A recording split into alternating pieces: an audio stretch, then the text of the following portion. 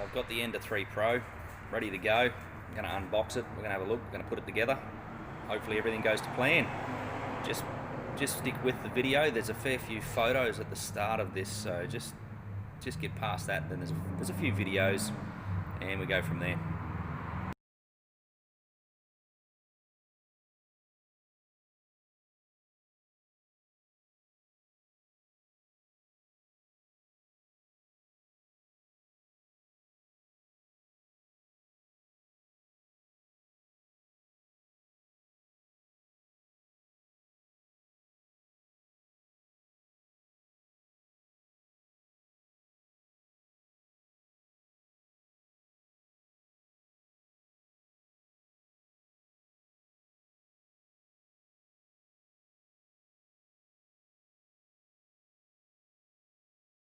Okay, so first things first, I've got the platform out of the box, and I just wanted to have a look to see how well they'd actually aligned this from the factory. And as you can see, there is movement.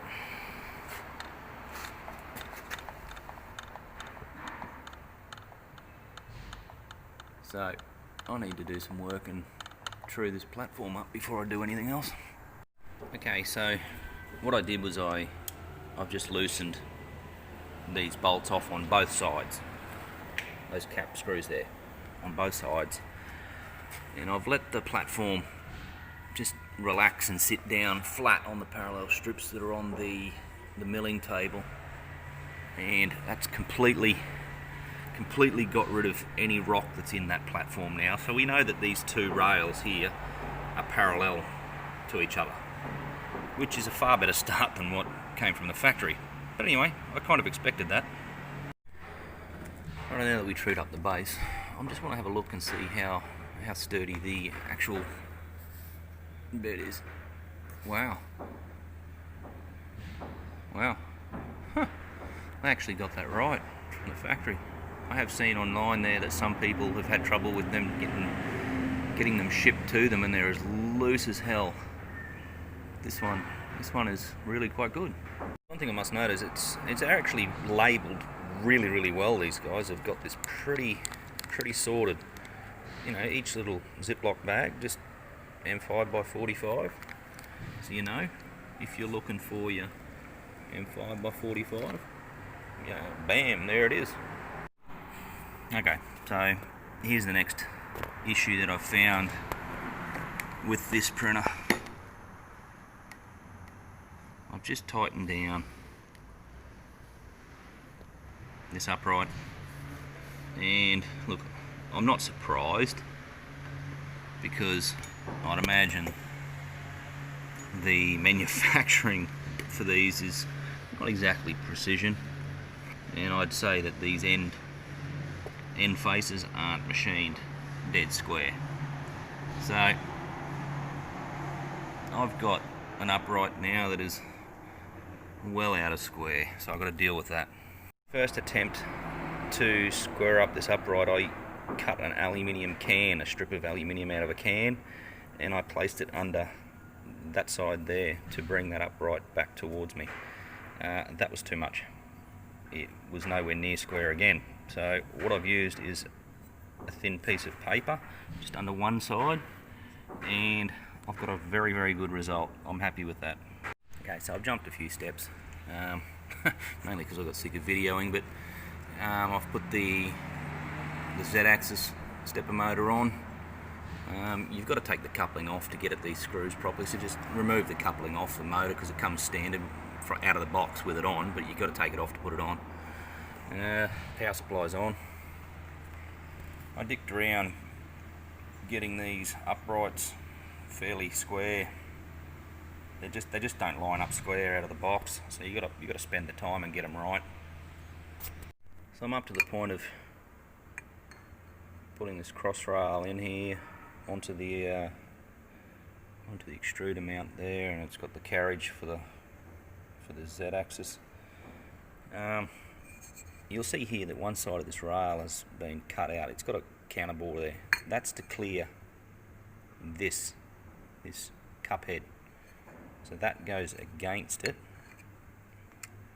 and then you can get your screws in from behind and put your Allen key in from the back through here, through those provided holes that you can see there. So let's do her up.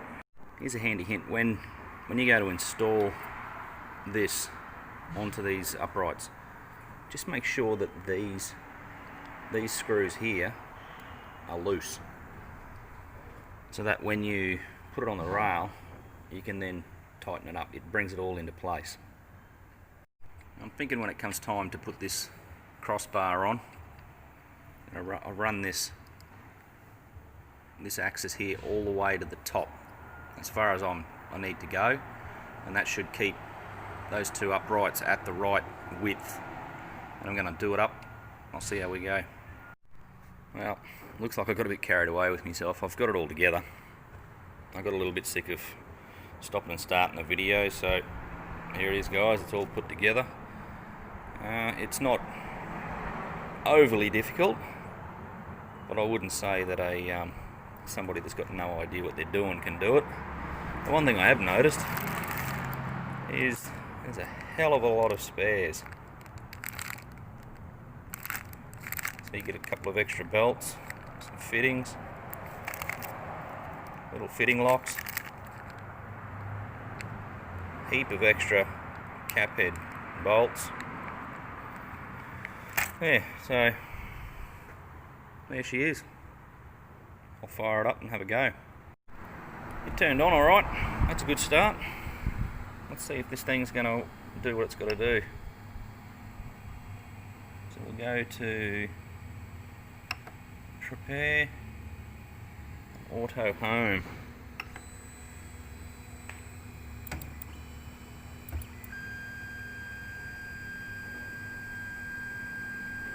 It's looking like it's doing what it should do.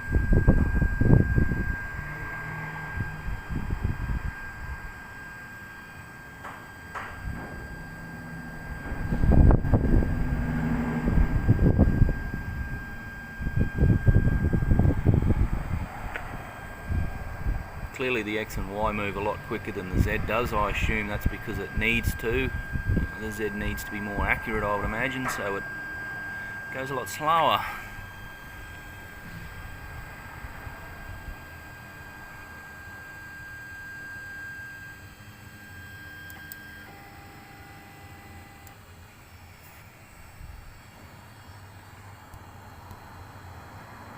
And the 3 Pro ready.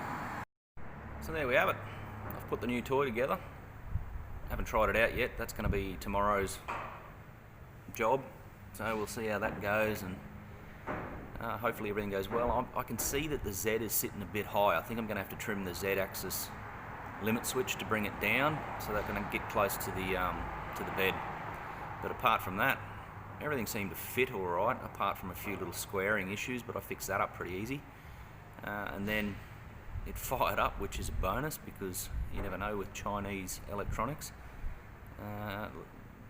Let's see what another day brings.